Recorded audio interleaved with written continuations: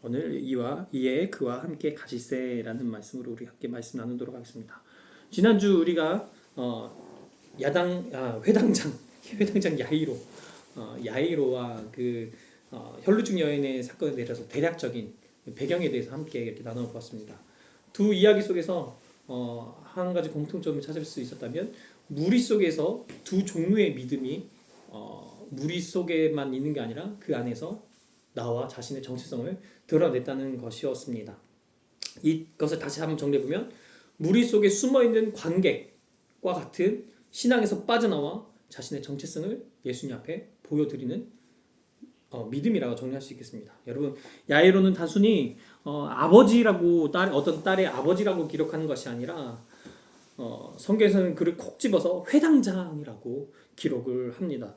회당장은 그 당시 유대 공동체의 대표이자 그리고 교육을 책임지고 있는 어떻게 보면 유대교의 얼굴이라 할 수 있을 것입니다. 그런데 당시 유대교의 서기관들은 그 예수를 마가복음 3장에서 뭐라고 했죠? 예수를 보고 사단의 편에 있는 존재라고 예수님을 평가합니다. 그런 분위기 속에서 지금 회당장이 예수 앞에 엎드려가지고 예수님께 청하고 있다는 것은 어떻게 보면 엎드림은 자신의 자리를 완전히 다 그분께 맡겨드리는 것이기 때문에 말도 안 되는 행동을 하고 있는 것이죠. 이 회당장이 수많은 사람들 앞에서 지금 완전히 보여주고 자신이 어떤 지금 믿음으로 예수님 앞에 나아가고 있는지 다 보여주고 있는 무리 앞에서 고백드려지고 있는 장면입니다. 신앙은 내 체면이나 나의 자존심이 바닥에 떨어지는 것보다 더 절박한 가운데에서 어떻게 보면 나오는 것이 새로 출발하는 것이 믿음이 아닐까라는 생각이 좀 들기도 하죠. 우리에게 무너질 수밖에 없는 무너지면 안 되는 절대 지켜야 하는 절대적인 벽들이 우리 안에 우리도 모르게 내재되어 있어서 예수님 앞에 납작 엎드려야 되는데 그 벽이 무너지지 않아서 그렇게 되지 못하는 부분들이 있습니다. 교회에서 나의 신분이 있고 직분이 있고 신앙의 경력이 있고 사람들이 나를 평가하는 평가가 있고 그리고 나의 자존심이 있기 때문에 신앙생활을 그토록 오래 해오는 자인데 내가 집사인데 내가 장로인데 내가 목사인데 내가 회당장인데 내가 어찌 감히 사람들 앞에 눈물을 보이고 어떻게 내가 다른 이에게 무릎을 꿇고 자신의 연약함을 드러낼 수 있겠습니까? 사랑하는 여러분, 신앙이란 것은 그렇지 않은 것 같아요.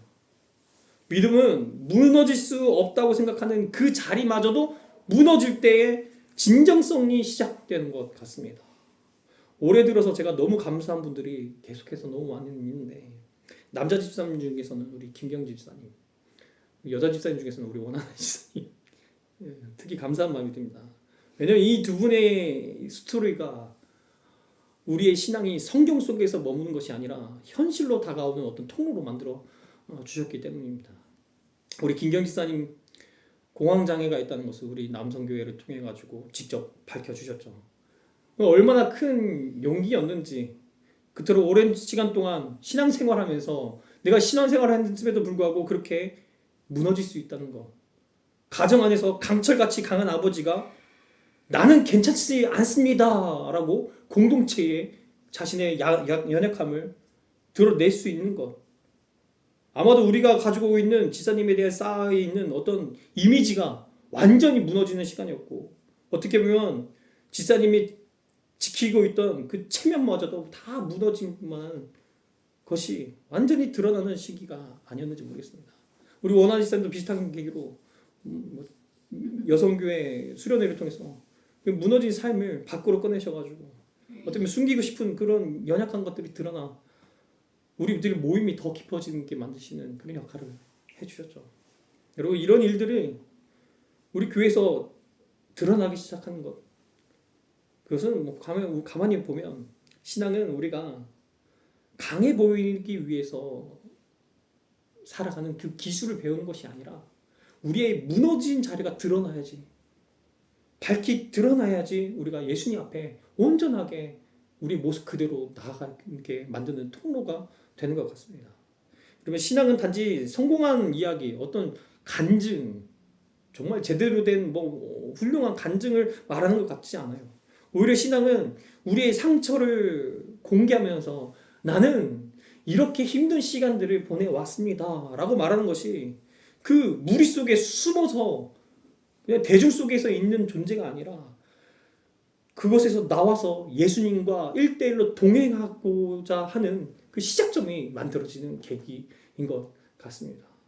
우리 교회 안에서 그렇게 누군가가 자신의 연약함을 드러내고 누군가가 무너진 자리를 고백하고 누군가가 나는 괜찮은 척했지만 괜찮지 않습니다 라고 말하며 주님 앞에 자신의 무너진 것을 공개할 때에 성경 속의 사건이 오늘 우리 가운데서 재현되어지고 있는 것이라고 여겨집니다. 어쩌면 우리 안에 아직도 우리의 자존심이 우리의 체면이 유지되어서 주님 앞에 완전히 엎드려지지 못하고 주님께 온전히 나의 모습을 드러내지 못하는 부분이 있지 않는지 모르겠습니다. 그러나 어느 날 내가 쌓아 올렸던 그 어떤 안전정치가 나중에는 다 무너져서 아무 소용이 없는 것이구나 라고 완전히 드러날 때가 있습니다. 인생에 큰 위기가 찾아오고 내가 통제한 것들이 나의 손가락에서 다 빠져나가는 것처럼 내가 이때까지 막 지켜온 것들이 아무것도 아닌 것이 되는 그 먼지와 같은 것이 되는 그런 시간들이 우리에게 찾아올 때가 있습니다. 야이로에겐 그 시간이 자신에게 모든 것이 무너지는 시간이 딸이 죽어가는 상황 가운데서 그렇게 된 것이죠. 목숨보다 내 목숨보다 소중하게 여기는 딸이 죽어가고 있다는데 체면 지키면 뭐합니까? 자존심 지키면 뭐합니까? 사람들 시선이 어떻든 그것이 지키면 무엇 하겠습니까? 여러분 사람은 위기 앞에서 한도 끝도 없이 다 무너지는 것 같아요. 믿음도 흔들리고 자존심도 박살나고 완전히 주저앉게 됩니다. 그러나 가만히 보면 위기 속에서 무너진 것들 여러분 상황 가운데서 여러분 상황 각자의 삶 가운데서 무너진 것들 위기 속에서 그렇게 완전히 가라앉는 것들을 보면 여러분 자신이 무너지는 거 아닙니다. 상황이 그런 거죠. 김경지 지사님의 삶이 무너진 것 아닙니다. 원하는 지사님이 지켜왔던 것들이 다 무너진 것이 알고 보면 아닙니다. 진짜 무너지고 진짜 부셔진 것은 내가 쥐고 있었던 나라는 껍데기가 무너진 것이죠. 체면을 붙들고 있었던 나, 사람의 시선을 여기고 있었던 나의 자아, 자신의 통제가 나의 미래가 불안해서 불불 떨고 있었던 나의 껍데기가 완전히 무너지고 있는 거지 나는 그대로입니다. 그 순간 죽을 만큼 괴로운 것을 우리는 알죠. 이거 무너지면 나 죽는다. 근데 이것을 놓아야지 나도 사는 것을 알면서도 우린 끝까지 놓지 못하고 끝까지 어떻게든 지푸라기라도 잡는 심정으로 그것을 놓지 못합니다. 여러분 위기라는 것은 그런 것 같습니다. 내 생각대로 되지 않기 때문에 그것이 위기라고 여기시는 것 같아요. 다 무너지고 나면 아무것도 아닐 수도 있는데 내 계획대로 흘러가지 않고 내 계산대로 결과가 나오지 않고 내 질서가 무너지기 시작할 때 정말 위험하다 두려움이 우리에게 찾아옵니다.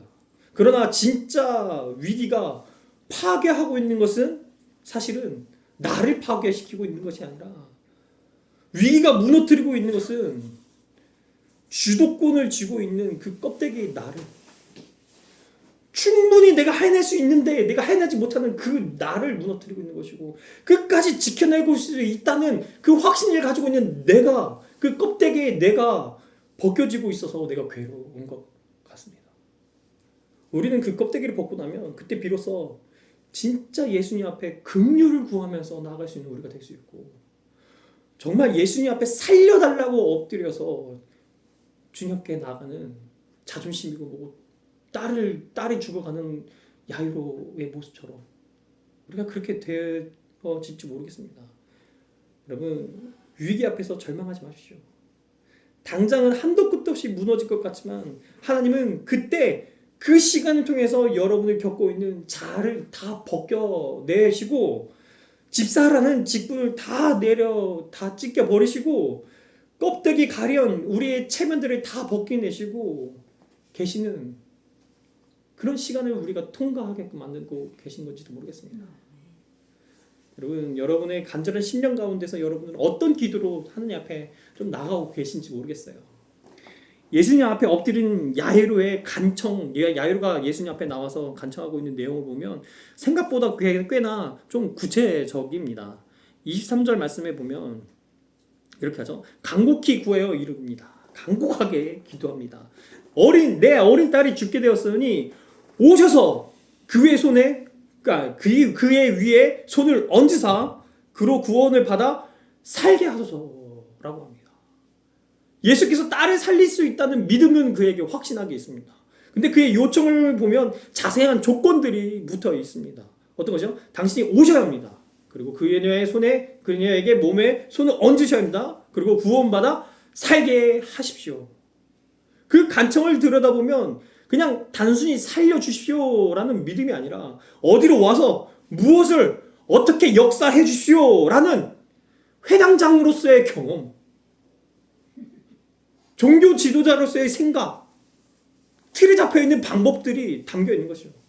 그에게는 예수님을 향한 신뢰가 분명히 있었습니다. 그래서 자신의 정체성을 깨뜨려서 예수님 앞에 나왔습니다.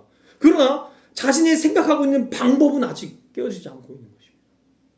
우리도 대부분 신앙의 시작은 비슷하죠. 우리의 삶이 깨뜨리는 것으로 말미암아 예수님 앞에 나갑니다. 근데 우리의 기도도 여전히 이런 형태를 띠고 있습니다. 주님, 이 문제는 이렇게 저렇게 나의 문제가 이렇게 뚫려지게 하세요. 이 사람을, 나의 가족을, 나의 사랑하는 이 자녀를 이렇게 변화시켜 주세요. 이 상황을 이런 방식으로 좀 해결해 주십시오. 우리가 하나님의 능력을 의심하는 것은 아니지만 다만 그분의 능력이 내 생각 속에서 내가 바라는 대로 그렇게 작동되어지기를 정해놓고서 이대로 됐으면 좋겠습니다.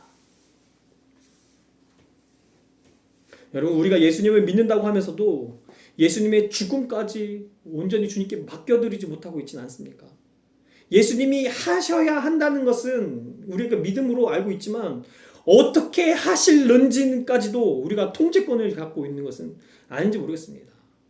능력은 주님께 맡기지만 해결책은, 그 방식은, 그 방법은 내가 바라는 대로 그 주권을 내가 여전히 쥐고 있지는 않은지. 야이로는 지금 당장 우리 집으로 오셔야 합니다 라고 생각하고 있습니다. 그러나 예수님은 가는 길에 다른 사건이 생기죠. 일부러 그 사건을 집어넣습니다. 성경은 멈추십니다. 그의 계획에 맞춰주지 않으십니다. 자꾸만 늦추십니다. 의도적으로. 그렇게 나의 이야기 속에 다른 사람의 이야기를 내 삶에 끼워 넣습니다. 야이로의 삶 가운데서 혈루증 앓고 있는 여인이 갑자기 끼어든 것입니다. 결국 딸이 죽었다는 소식을 듣지 않습니까? 야이로가 짜놓은 틀에서 완전히 벗어나는 것이 예수님의 방법입니다. 집에 오셔야 한다는 전제 조건, 손을 얹어야 한다는 그 방식, 병이 나야만 한다는 그 조건도 다 무너뜨려가지고 결국 죽습니다. 여러분, 명색이 하나님이시라면 최소한 우리의 생각보다 훨씬 크신 분이 우리 하나님 아니십니까? 우리가 예상 가능한 범위에서, 내가 상상하는 범위 안에서 할 수 있는 능력을 가지신 분이라면 그분은 어떻게 전지전능한 하나님이시라고 할 수 있겠습니까? 그분은 우리가 계산해낼 수 있는 수준의 분이 아니시고 우리의 예상 가능한 스토리, 시나리오 안에 머물러 계시는 분도 아니시며 하나님의 일하심은 우리의 경험과 우리의 논리를 넘어서서 일하시는 분이 우리 하나님 아니십니까? 만약 하나님이 우리의 생각대로, 우리의 방식대로, 우리의 타이밍대로 손을 얹는 그 순간 그렇게 일하신다면 그분은 전능하신 하나님이 아니라 우리의 이야기를 들어주는 종이나 어떤 우리의 도구이거나 램프를 문지르면 나오는 소원 들어주는 지니 정도가 아니겠습니까? 여러분, 하나님을 사용하려고 하는 우리 마음이 있다면 그 생각을 멈춰야 합니다. 하나님은 조종해서도 되는 것이 아니라 그분을 잘 설득해서도 되는 것이 아닙니다. 그분은 하나님이십니다. 그분만의 주권을 가질 수 있는 그분은 주권자이십니다. 그분은 우리의 기도를 들으시지만 우리 한계 속에서 종속되어 계시는 분이 아니십니다. 여러분, 하나님이 우리의 생각대로 움직이지 않으실 때 우리에게 찾아오는 것은 실망감일지 모르겠습니다. 나는 이렇게 해서 하나님이 하실 줄 알았는데 하나님을 오해하고 그 딸이 죽었을 때는 정말 하나님을 원망하고 싶은 마음이 들었을지도 모르겠습니다. 그러나 내 껍데기가 무너진 그때야말로 하나님이 하나님이심을 드러내는 순간이신 것입니다. 우리의 방식과 우리의 방법이 무너져야 우리는 비로소 주님이 세우신 진짜 계획을 발견하는 것 같습니다. 여러분 착각하지 마시기 바랍니다. 믿음은 하나님을 내 편으로 만드는 구워 삶아먹는 기술이 아니라 내가 하나님의 편에 서는 것이 믿음인 것입니다. 주님 이렇게 해주셔야 합니다 라고 우리가 기도는 할 수 있겠지만 주님 어떻게 하시든지 당신이 옳습니다 라고 나아가기를 그렇게 성장하기를 우리 예수님이 야이로에게 원하시는 것 같습니다.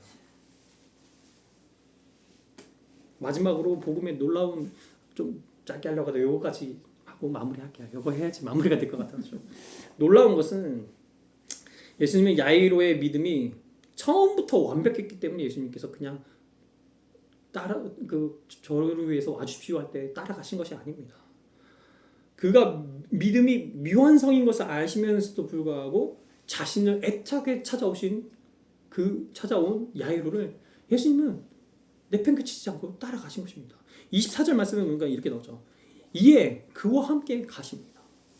강국하게 앞에서 이렇게 해주십시오, 이렇게 저렇게 해주십시오 했는데 그 말을 듣고 예수님이 아무 말 하지 않으시고 그냥 그 간청을 들으시고 따라가십니다. 분명히 이 종교 지도자들은 예수님이 핍박하고 배척하는 자들이었는데 예수님은 그를 따지지도 않고 그냥 가십니다. 예수님은 한 사람의 절박함을 그 부르짖는 소리를 들으시고 외면하지 않으시고 당장 지체하지 않으시고 걸음을 옮기시는 분이 우리 예수님 아니십니까? 비록 그가 원하시는 방법대로 그 야이로가 원하는 방법대로 예수님께서 다 해주진 않습니다. 그러나 부르짖는 자에게 즉시 지체하지 않으시고 그와 함께 동행해 주시는 분이신 것을 우리는 알아야 합니다. 여러분 분명히 우리가 애원하며 드리는 기도의 응답이 내가 생각하는 대로 다 되지 않을 수는 있습니다. 우리가 울며 매달리며 문제를 하나님 앞에 즉시 이렇게 가지고 날 때 즉시 해결하기를 바라지만 하나님께서 즉시 응답해 주시지는 않을 수도 있습니다. 그러나 중요한 것은 주님은 우리의 기도를 들으십니다. 그리고 우리와 즉시 함께 동행하기 시작해 주시는 분이 우리 예수님인 것을 여러분 믿으시기 바랍니다. 야이로는 딸의 병이 낫게 될 것만을 기대하며 예수님과 지금 동행하면서 가고 있을지도 모르겠습니다. 전혀 생각이 다른 것일 수도 있어요. 그러나 딸의 죽음의 소식을 듣게 되어 자신이 모든 기대가 다 무너졌을 것입니다. 그것을 알게 되었을 때 비록 예수님과 동행하더라도 여러분 어려움이 있습니다. 신앙생활을 하는데요. 괴로움이 있습니다. 상황은 더 안 좋아질 때도 있습니다.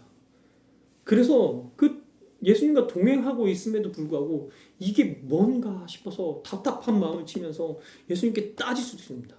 예수님 지금 왜 멈추십니까? 지금 내 딸 고치러 가시면서 왜 지금 이 상황을 지체하십니까? 지금 당장 응답하지 않고 왜 예수님 나와 동행하신다면서 동행하시면서도 불구하고 내가 왜 이렇게 갈수록 힘들어져야 합니까? 라는 질문이 우리에게 생길 수 있습니다. 여러분 예수님이 지체하셔서 답답하시고 상황이 악화되어 내가 바라던 그 딸이 죽을 수도 있습니다. 그러나 기억하십시오. 그럼에도 불구하고 예수님이 여러분 곁에 계십니다. 내 소원이 이루어지지 않는 것뿐이지. 예수님이 여러분 곁에 계십니다. 그러면 무슨 일이 있어도 여러분 먼저 포기하지 마십시오. 결과가 보이지 않는다고 해서 기도의 열매가 맺히지 않는다고 해서 상황이 더 안 좋아지고 있다고 해서 먼저 여러분 마음이 무너지지 않기를 간절히 좀 축원합니다. 우리가 예수님과 동행하며 가장 중요한 것은 상황이 변하지 않는 것이 아니라 예수님이 어떻게 반응하시냐가 더 중요한 것이죠. 예수님은 야이로에게 여러분 이렇게 말씀하십니다. 36절에 가면요. 예수께서 그 하는 말을 곁에서 들으시고 죽었다는 이야기를 들으시고 회당장에게 말합니다. 두려워하지 말고 믿기만 해라. 이것이 예수님의 반응입니다. 믿기만 해라.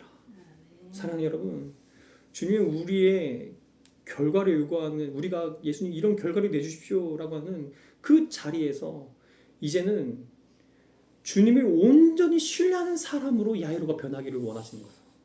네가 그런 믿음으로 나에게 고쳐지기를, 너의 상황이 좋아지는 것을 원하고 나에게 왔어? 아니야. 내가 너에게 원하는 것은 네가 더 나를 믿기만 하면 좋겠어. 더 상황 가운데서 나를 신뢰했으면 좋겠어. 라고 우리에게도 말씀하시는 것 같습니다. 우리가 기도하는 대로 되지 않을 때, 비록 우리의 기도가 하나님께서 응답하지 않는 것 같을 때, 우리의 모든 기대가 다 무너지긴 그때 주님이 말씀하십니다. 여러분 두려워하지 마십시오. 다만 믿기만 하십시오. 사랑하는 여러분, 주님이 우리에게 도전하신 것이 무엇입니까? 우리의 문제가 즉시 해결되는 것이 아니라 상황이 그대로임에도 불구하고 주님을 붙들 수 있는 믿음을 갖는 것을 원하십니다. 우리 머리로는 이해가 되지 않아도 하나님께 모든 것을 맡겨드릴 수 있는 믿음을 주님께서는 우리가 성장하기를 더 원하시는 것 같습니다. 사랑하는 여러분, 주님은 우리를 더 깊은 자리로, 더 신뢰하는 자리로 부르는 것 같습니다. 우리는 결과를 원하지만 주님께서는 신뢰를 원하십니다. 우리는 문제 해결을 붙드시지만 주님은 주님만을 붙드는 것을 우리에게 원하십니다. 여러분은 상황이 바뀌어야지 평안하십니까? 아니면 주님이 함께 계신 것으로만으로도 충분함을 느끼십니까? 오늘 우리 어떤 상황에서도 주님 앞에 나아가 주님을 놓지 않겠다고 우리가 고백하시면서 이 시간 함께 또 찬양 한 곡 하고 기도했으면 좋겠습니다. 우리 수요일 날